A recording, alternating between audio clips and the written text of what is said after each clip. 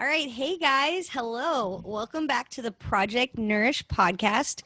We're your host. I'm Megan Gump, a certified nutritional therapy practitioner.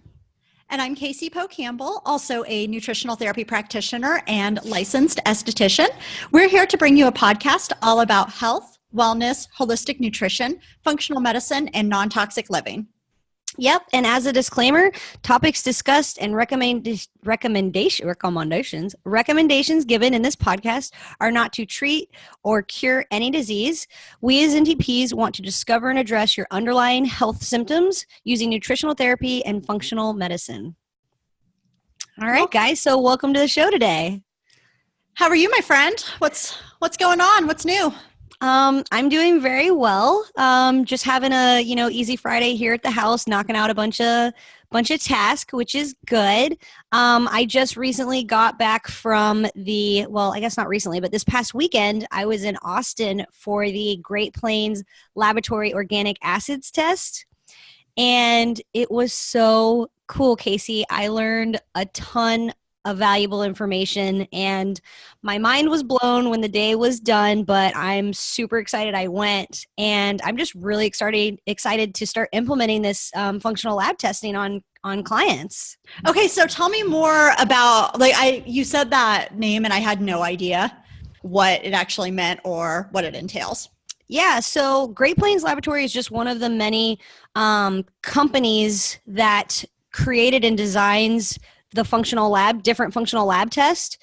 So one that they're very well known for is the organic acids test, which is basically a urine test that looks for organic acids in, your urine sample. So, for example, the organic acids test has a lot of bacterial markers, looks for candida and clostridia, as well as oxalates. So those are kind of the main ones, but it also looks into mitochondrial function and that kind of stuff. So, the functional lab testing really just gives you a leg up as a practitioner, going a little bit deeper into people's health symptoms. Very cool. Yeah, so it's super cool. So, as you know, and, as the listeners out there will soon definitely know, that I'm going through I'm becoming a certified functional medicine practitioner. So I'm going through that program right now. So I'm just learning about all these functional lab tests, and I'm just kind of diving deeper beyond, what I'm going to do after being just NTP. So I'm super excited to start implementing that because I can kind of just get a deeper understanding and basically, put it on black and white in paper as to what's really going on chemically in people's bodies. That way I can address the root, cause their root symptoms using that functional lab test. So it was super cool, learned a lot. I'm really excited that I can now order that test. So if anybody wants to get an organic acids test run, just contact me and I'll be happy to run that on you. So yeah, all good stuff. I might be contacting you then. Yeah. It sounds so fun. Yeah. It's pretty cool. When you're working with a nutritionist, you get a lot of valuable and awesome information on basically just, eating and all that kind of stuff. And then you dive a little bit deeper into functional lab testing and you're like, ooh, I have this going on in me. What? And then you just get super hooked into that whole thing. So It's cool. It's just a new level. So that was my weekend. Casey, what's going on in your world? Well, let's see. I got into kind of an epic Facebook debate, which are always time well spent, about LaCroix water. Mm-hmm. So I was working with one of my clients, and we were looking through her 3-day food journal, which is part of our process of working with clients. And she had 1 glass of water in 3 days. Oh my gosh. And this was not under reporting or anything like that. She straight up said, no, that is all I had. But I have 3 to 4 LaCroix waters every day. And I said, okay, that doesn't count as your hydration. And she's like, well, what does it count as? And so it's kind of one of those, I guess, like Switzerland, it's not going to count against your water intake. It's not a diuretic, but I just don't see how it can count toward just your plain old water. Mm-hmm. So I searched through our NTP Facebook group and everything and found that the carbonation can actually decrease stomach acid. So if you listen to one of our previous podcasts, maybe number 2, you'll know the importance of stomach acid for digestion. But the thing that I found so interesting is my friend, she posted about this because I've earned this nickname of being the nutrition bulldog. And she said that, Casey won't even let me have this anymore. Totally kidding. And people were losing their minds over it and posting all of these articles that they had Googled with like registered dietitians saying that absolutely LaCroix counts as water consumption. But then you had people searching the scientific literature saying that it increases ghrelin, and just this huge debate over sparkling water. But it just goes to show that you can pretty much find whatever you believe in, whatever your hypothesis is, you can find the data to back it up. Mm-hmm. Yeah. I mean, that's the joy of the World Wide Web, right? Yeah, everybody has their own individualized opinion, and there's just so many sides to come at it from. And there's always that person that's coming at it from that side. Yes. So then this morning when I was just reading through the comments because I thought they were all hilarious, it made me run late, and I went to cook some breakfast sausage and forgot to turn on the stovetop. So I had breakfast sausage for breakfast. Yeah, I saw that Instagram story. That's what's been going on in my world. So you came home to the sausage still in your oven? No, luckily Scott works from home, so he was able to cook them and eat them. Okay. Not have Starbucks. Yeah. Breakfast of shame. Yeah, right. Better than nothing. Better than nothing. Well, that's too funny. Yeah, I mean, sometimes you can just get lost in the Facebook world, and it's like an hour later and you're like, what have I been doing with my life? Yeah. And it was just, I really refrained for the longest time to even reply to any of the comments, and I'm not going to reply to most of them because they're just stupid. Yeah, and it's really hard to sometimes try to win that battle with people that just don't understand where we're coming from in the first place. Yeah. Or, I mean, people got really incredibly defensive about it. Mm-hmm. And I mean, you know where that comes from. It's because they're ashamed of their diet, or they're wanting to make a change, but they're just feeling incredibly defensive about it. Yeah. Yeah, guys. I mean, there's nothing like the pure, spring water that's found in the earth that we drink. I mean, there's not LaCroix rivers and streams everywhere. It's just not the way it works. So you got to get back to the basics and get back to nature and, what the earth provides us. And it is definitely not sparkling water. So yeah. And plus the environmental impact of it too. If you're drinking 7 or 8 cans of LaCroix and you're not recycling them. Yeah. And then it did say that they are like low in BPA, at least from the aluminum cans, which I didn't know they could have BPA, but still Alzheimer's. Yeah. I was about to say, you said the word low, and I was like, well, that still means they're getting it. So yeah, exactly. It's just a little poison. Yeah. And so to tie it back to the organic acid test, so actually if you take that test, you get markers like that to see what kind of like toxicity you have in your system, which is really cool. That is really cool. Yeah. You can look, there's a marker for like styrofoam and plastics that you've been exposed to. Mm-hmm. Oh my gosh. Okay. I'm so doing this. Yeah. It's really cool. It's really cool. Yeah. Cool. So I'm actually doing one on myself and Alex. So my boyfriend this Monday, we're going to pee in the cup because you have to take it like right when you wake up. So we're going to do it on Monday. So I'm excited. Yeah. Do you have to take a certain amount of time off from drinking?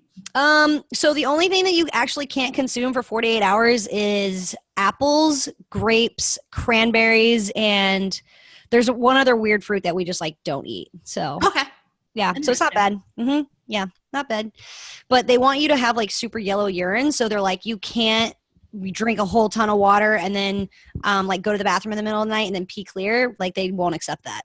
Oh, interesting. Yeah, so they want to see what's really going on. Okay. Uh-huh. So I'll let you know all about it. We'll fill you guys in on the show when we get our results back. Oh, that's gonna be so exciting. I know. I'm excited. Yeah, me too, girl. So speaking of the show, let's get into it. So today we are talking all about healthy fats. You guys, this is honestly probably one of my most favorite topics in the entire universe because I still have clients that come to my door, to my office, that I have to start talking to them about, cooking with coconut oil and butter and eating avocados. And they're just like, I still have margarine in my fridge. And then Wait, you mean I shouldn't be cooking with margarine? yeah, they're like, well, you mean I have to throw away the canola oil I'm still using? And I'm just like, all right, let's have a chat here. So this whole entire, what is about to unfold is Casey and I having a chat with you guys on why it's so important to incorporate healthy fats and why we need them. So just to kind of start off, I mean, people just are not eating enough fats. Like modern society has taught us, this whole low fat craze, low fat everything, just making the mentality that it's better for us, right? If you eat low fat, you're not going to get fat, which is actually the complete opposite. And we'll kind of talk about myths here in a little bit. But I mean, the low fat diet recommendations of the past era have really led us to increased obesity and other metabolic diseases. So when you replace, I mean, think about it scientifically, when you replace the naturally occurring fats and cholesterol and the naturally occurring fats in foods, so with vegetable oils and carbohydrates, it basically deprives us of the essential fatty acids we need for proper cell function. So people are eating way too many refined carbs. I mean, think about it. Your bread, your tortillas, your pastas, your cereals, your bagels. They're eating a lot of refined carbs. They're eating a lot of sugar. And these things all increase our inflammation. And inflammation decreases our brain function. It alters our hormone production. And so with this, it all increases fat storage. And that's why people are getting fat. That's why people are gaining weight, is because of this dysregulation that's going on in our bodies. I mean, it is epidemic, you guys. It's causing all kinds of health issues. So, fat is one of the macronutrients, right? We've got proteins, we've got carbohydrates, and then we have fats. So fats are essential for health, for the entire body.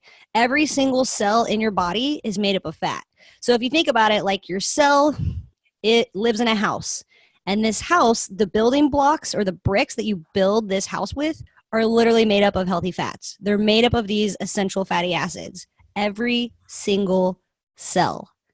We need fats, you guys. Fats become fatty acids that we use for energy, for building and repairing hormones, for cell membranes, as I was just talking about, for healthy function of the brain. So our brain and our heart and all our other organs and the muscles actually use fatty acids as energy. That's huge, guys. That's like your entire body. It's like all of your systems working and functioning off of healthy fats. Pretty crazy. Yeah, totally crazy. I mean, thinking about the whole low fat craze and everything, I think back to, like when you could eat a whole box of Snackwell cookies, or like an entire gallon or half gallon, probably not a gallon, but like a half gallon of fat-free frozen yogurt. And the reason is that, it doesn't, your hunger signal or your satiety is never met. So you can plow through all of those because your body is still like, okay, we're getting food, but where are the nutrients for this food? It's like, come on, man, like hook me up here. But it's just not getting that satiating fats, I guess. Yeah. I mean, your body's like, just keep it coming. Keep it coming. Like you're feeding me, but I'm not getting full. I'm not finding the nutrients that I need to run off in this. So just keep it coming. And then this is where it leads to the increased fat storage that we just talked about. Yeah, exactly. There you go, guys. Bingo. Mm-hmm. Yep. Pretty crazy. Mic drop. So yeah, going back to, where were we? We were talking about how our brain is primarily composed of fat. And so saturated fat, which we have been led to believe is just probably the worst demon of all time, and then cholesterol as well. These are needed. These are basic cells that they help with our function and to form those cell membranes. So we have our polyunsaturated fats, which are going to be the omega-6 and omega-3s. These are going to be the most abundant in the brain, and we can't make those. Like our body can physically not make those essential fatty acids. So where do we have to get them from? Food. Ding, ding, ding. We have to eat them, you guys. Yeah. So Megan, what are some examples of where people could get omega-6 and omega-3s? Well, from fish. Fish is an amazing source of your omega-6 and 3s. So your EPA and your DHA, of course, comes from fatty fish, from fish oils, from flax seeds and other seed oils, but also, think about like your salmon, your mackerel, your sardines, that kind of stuff, you guys. But also, don't limit it there. Coarse fish is a very well-known, you think of fish oil and fish for omega-3s, but you also have to remember that you're getting a lot of really essential other fatty acids from other animal proteins as well. Mm-hmm. So that's why it's so important to incorporate an animal protein in your diet, is because you're getting so many essential nutrients beyond amino acids that we need to survive off of from all these different animals. But fish is definitely a huge source. Mm-hmm. Now, I'm sure everybody was kind of turning their nose up, unless you're an NTP, to sardines. Do you have I have a trick to eating sardines, but I want to know, do you have a trick, Megan? Oh man, I don't.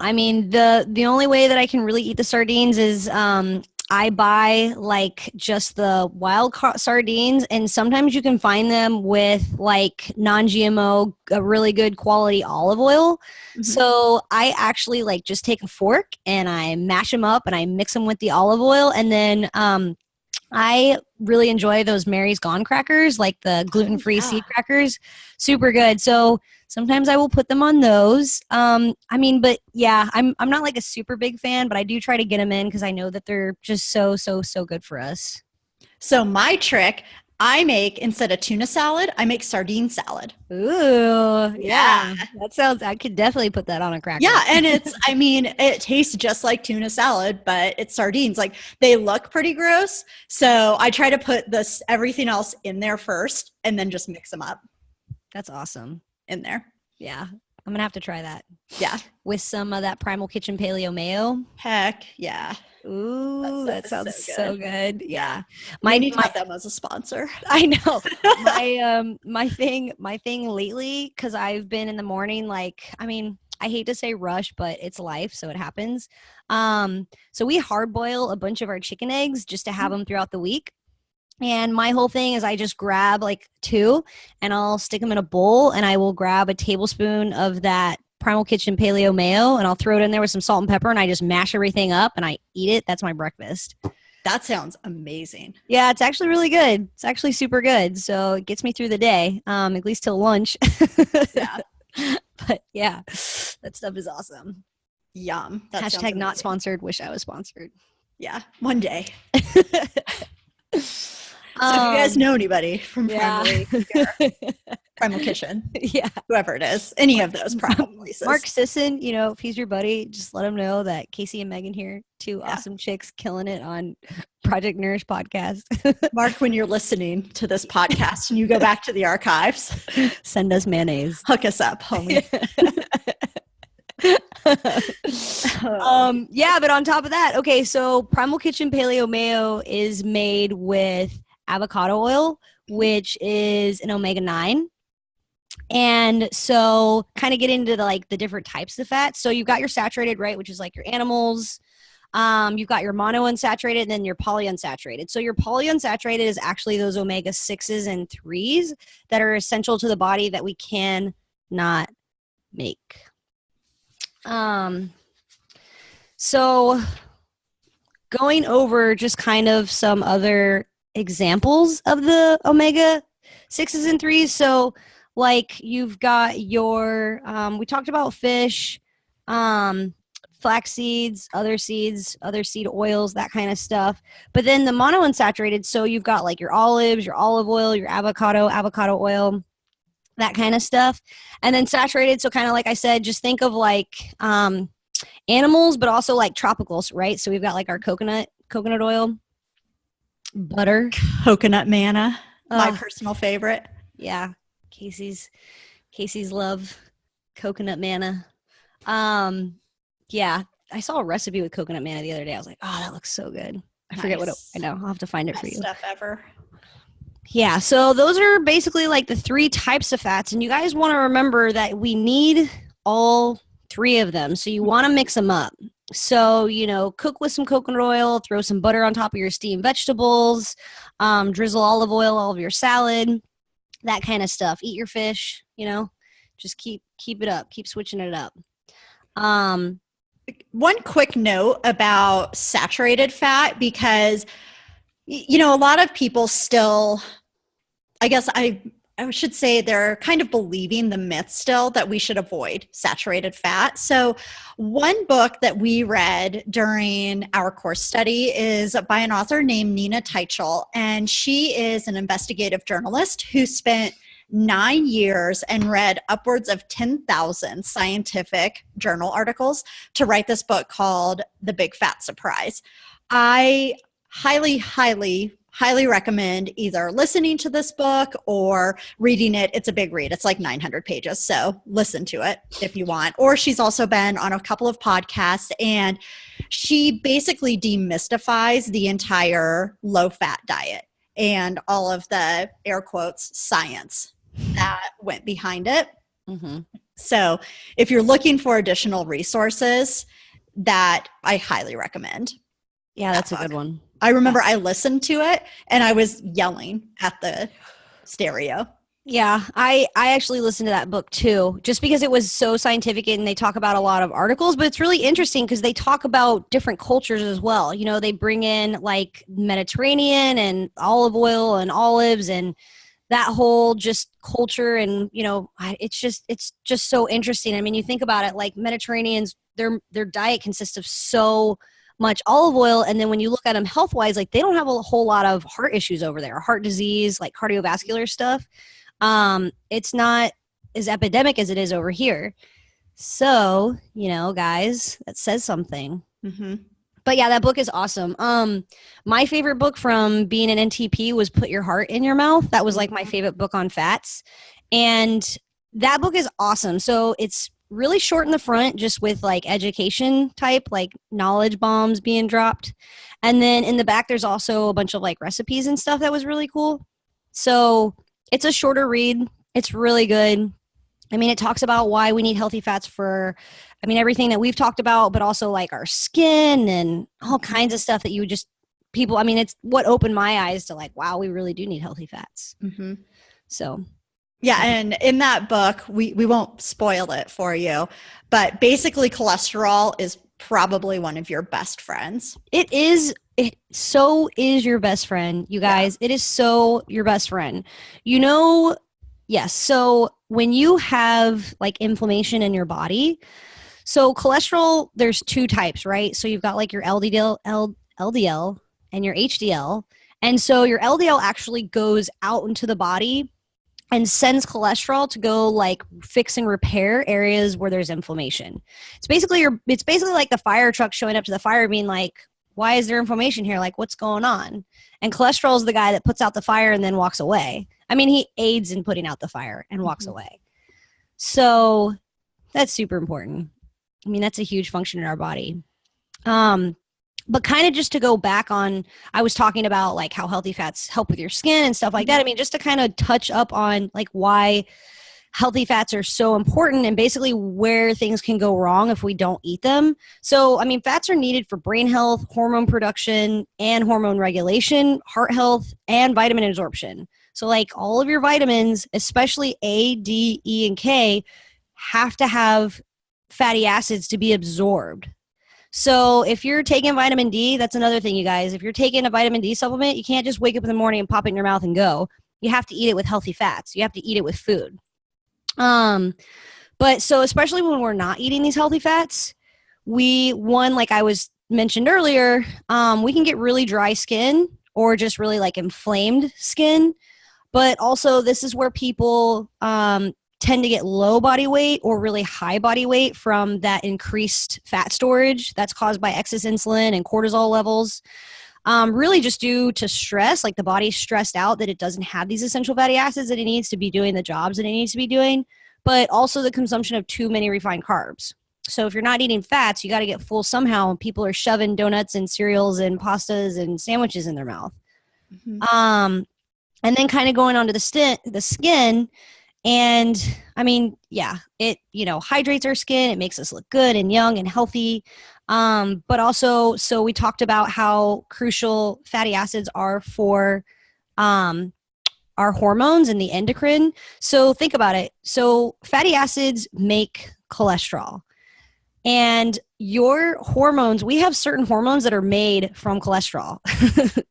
Yeah. So if Crazy. we don't have, yeah, so if we don't have healthy fats, we're not making cholesterol, we're not making our hormones. I mean, that's a whole cycle that we don't want to disrupt there.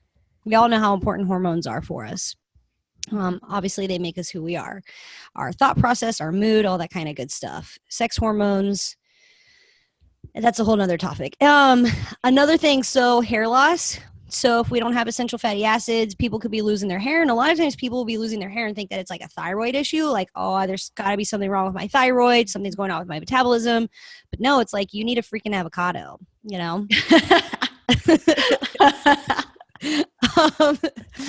love it. So speaking of avocados, going back to a little bit of skin. So avocados are going to be not only high with the essential fatty acids that we need and everything, it also has vitamin E, which is one of our fat soluble vitamins. And so relating this back to skincare, it's going to help with that, prevent that free radical damage, which we get just living life. And so free radical damage is basically when our skin looks like a browned apple. And then it's also going to help protect our cell membranes, and it helps to build up those red blood cells to keep our skin looking really healthy and moisturized and just that plump glow to our skin. And then also one more shout out for sardines. They are high in selenium, which is going to keep our skin looking nice and firm. Nice. Yes. So eat your sardines, peeps. I love hearing you talk about skin stuff. I just love how you integrate the NTP with the esthetician like in you, and I just love it. I get so excited about it. I know, I get so excited about hearing about it, and I learned so much from you. So cool.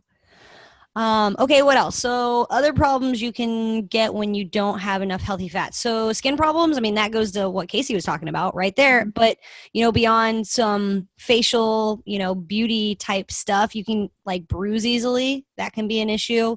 So fats are involved in the pro and anti-inflammatory processes. So when our fats are off, like the balance is off, the ratio is off, that's when people run into issues with inflaming when they need to inflame and anti-inflaming when they need to, deflame.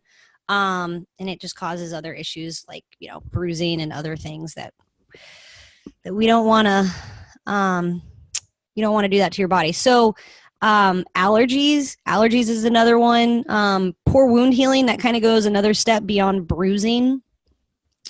And poor growth, especially for kids. I mean, it's like essential fatty acids are so important for brain development. So when these kids are growing up on Cheerios and fruit gummies and fruit juices, they're just not getting all the essential fatty acids that they need beyond just like for growth. But I mean, essential fatty acids help us make all of like our neurotransmitters. So like our serotonin, our dopamine.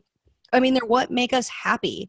So a lot of these kids that are suffering from ADD and other like depression and all this other stuff when they're super, super young, a lot of times it's something so simple as like an imbalance in their diet with not getting enough healthy fats. Just crazy. Yeah. I mean, we won't get into like autism and stuff like that, but you talk about having a kid on that spectrum disorder due to just an improper diet from day one, Yeah. So, but we'll talk more about that, on another episode, because I think it's really important and I'm learning a lot about it right now. And it's really interesting. And, there's success stories out there that parents are like, I took my autistic kid to a functional medicine practitioner and we did some functional lab testing and found all of these different bacteria overgrowths, and he wasn't eating right. And they can totally change their world with, just some lifestyle modifications and cleaning up the gut. So it's pretty amazing. It's actually really amazing. It's so amazing. Yeah, it's super moving. So just know that's out there if, you're in a situation like that too. But yeah, so like infections, you get infections more easily, especially right now with like the flu going on, you guys. That just nasty, whatever's going on. Make sure you're eating a lot of healthy fats because it does, boost up your immune system. And then one thing, especially for women, since, low fat diets and not getting those essential fatty acids really mess with our hormones. So it can actually cause women to lose their menstrual cycle. So it can like really mess with your endocrine system that bad to where you don't get a period, which can lead to a whole lot of other issues. I mean, we'll talk about, fertility and kinds of other stuff, but it's a whole nother road. So it's just really important, you guys, eat your fats. Yeah, for sure. One other thing that I wanted to mention, just because I work with so many athletes, is if you have a diet that is lacking those essential fatty acids, it can actually make your recovery longer from your workout, and your muscles are going to be much more fatigued. So let's say you're just doing a super easy recovery bike ride or recovery run, and you just feel like total crap basically, and it's just a really hard effort.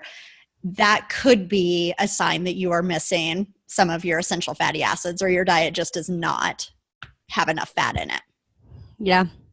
Yeah, totally. So for all you athletes out there. Yeah. And then the other thing, when we're talking about inflammation, so many people are like, oh no, we don't want any inflammation at all. But when you think about it, it's our body's way of healing itself. And we have to inflame, I guess, to deflame. Right.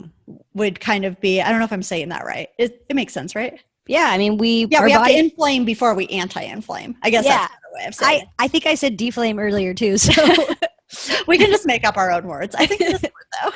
Everyone's on our level. Yeah, you know what we mean. Yeah. And so when we have it's the white blood cells that are coming in to fix the damage that has been done. And the issue occurs when we have these functions, our inflaming and our anti-inflaming, that are out of balance due to our poor healthy fat consumption. So this is just another reason why we need that healthy balance of our omega-3, 6, and 9s.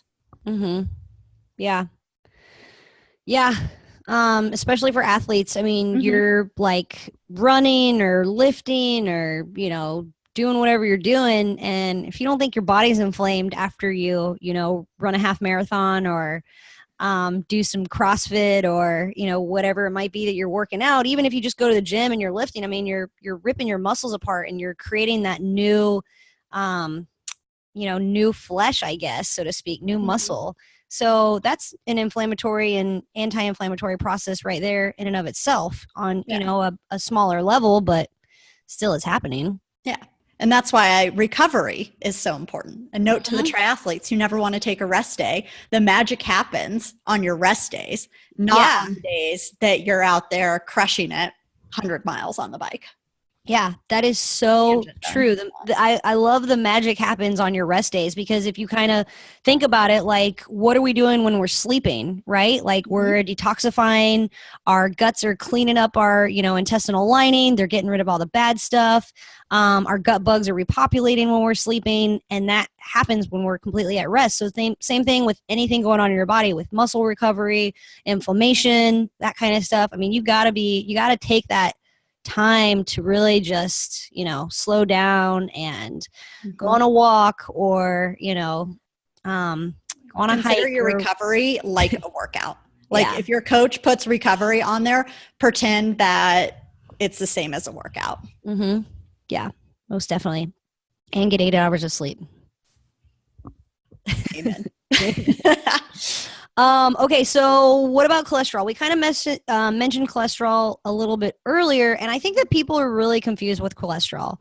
I hear this all the time. Like, we do a test called a cardiometabolic test in our office. So it's basically a functional lab testing that's looking at like your fasting insulin and glucose, your leptin, but also like your cholesterol. And really, this test not only looks like your LDL and HDL, which people will then come to me and be like, okay, well, which one's the good and which one's the bad? Like, do I have a lot of the bad? And I have to remind them, like, there is no good or bad cholesterol. Like, it's all good. You want cholesterol. We need cholesterol. Goes back to the hormones. It goes back to a lot of processes that it has to do with the liver, inflammation, etc., anti-inflammation. So there is no bad. And basically what it comes down to is it's all about particle sizes. So basically there can be two different particle sizes, right? So we want like the big and fluffy and healthy particle sizes. We don't want these like small and dense, unhealthy particle sizes. And fatty acids completely determine whether they're big and fluffy or small and dense. So, right, it makes perfect sense. If you're eating all of these super healthy fats from fish and from other, animal sources and from avocados and olive oils, these are going to be the really big and fluffy, super healthy cholesterol particles that we want in our system. And if you're eating, these vegetable and canola oils and corn oils, and you're eating out at restaurants a lot that cook with these oils, or you're eating out a lot and you're consuming these animals that ate, genetically modified grains and corn and were fed antibiotics and hormones, then you're going to get these small, dense, sad cholesterol particle sizes.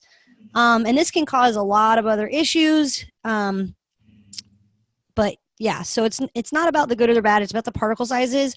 And just know that you create those particle sizes by what you put in your mouth and by the healthy fats you eat. I love how you describe that. Like, I've never thought of cholesterol that way, that you want the big, fluffy, like, pieces of cholesterol. Yeah. I love that. Yeah.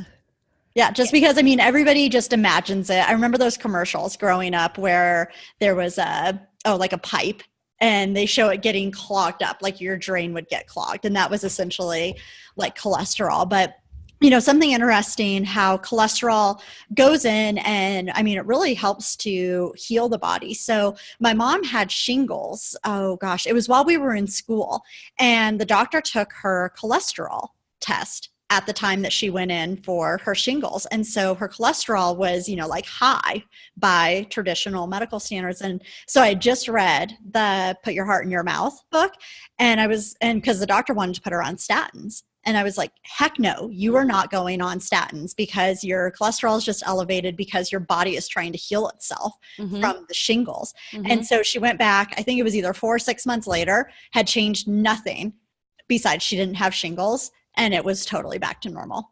Yeah. And she did not go on statins or anything. Thank God. Like that. Yeah. That's so cool. Yeah. I used a couple of 4-letter words of what to tell her doctor, but yeah.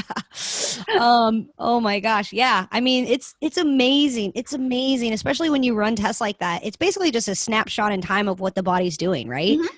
So especially when you've got something like shingles or another, inflammation type symptom going on in the body. Yeah. Cholesterol is elevated because it's trying to fix itself. Yeah. Oh, it's so cool. It's so cool. Yeah. So, yeah. Cholesterol makes up all the cell structures in our body too. It's a part of that process. So it's really important. So it's not about the good or the bad, you guys. It's about the sizes. I feel like there's a t-shirt that needs to be made somewhere in there. Like, I would so wear that. Hug your cholesterol or something. Yeah. There's no good or bad. It's sizes. Size matters. Size matters. Size matters. Well, Megan, let's talk about what people can do today if they've been listening to this and they're like, okay, I don't even know where to start. I'm super confused. Like, what's our kind of like, I guess, bite-size pieces of advice here that we can give people?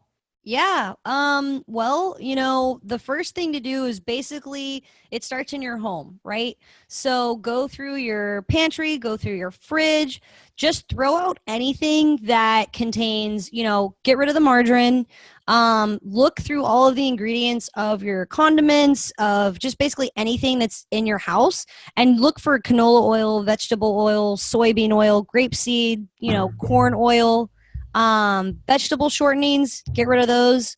Anything hydrogenated, or partially hydrogenated, if it has that on the ingredient label, get rid of it. Big culprits are going to be like your ketchup, your mayonnaise, soy sauce. that's more than likely made with some sort of, I mean, obviously soy. And soy also, just kind of a really super off topic side note, soy in America is probably one of the most highly genetically modified crops out there, and it makes women extremely estrogen dominant. So unfortunately, eating a lot of soy is just not good for us. So get rid of that soy sauce and switch over to like coconut aminos. Mm-hmm. It's a much better option for you. But yeah, I mean, that's pretty much kind of the action that you can take today is go through your house, get rid of all of these, trans fats that our body does not recognize. It doesn't know what to do with, causes inflammation, causes, these cardiovascular and all these other health concerns that we've been talking about, and replace them with better options. Clean it out, guys. Yeah. And, some of those better options or like safer options would be your coconut oil, butter, as long as it's grass fed, like Kerrygold butter, ghee, bacon fat from Happy Pigs, duck fat, beef tallow. If you're cooking on low heat, you can do like avocado oil, and olive oil. Just a quick note here, should not really be used for cooking, guys. It is not incredibly stable as soon as you heat it. And basically the way that your body sees it when it is an oil that is not stable at those high heats, it's going to oxidize, and it's kind of like swallowing shards of glass to your cells. Yeah. That's a really good point, because a lot of people too, they are like, oh, okay, well, I am going to throw out the canola oil, but I've heard that olive oil is better for me, so I'm going to start using that to cook with. And yeah, I mean, olive oil is better for you. Please eat a lot of olive oil, but please do not heat it up. As Casey was talking about, it's unstable when you heat it up.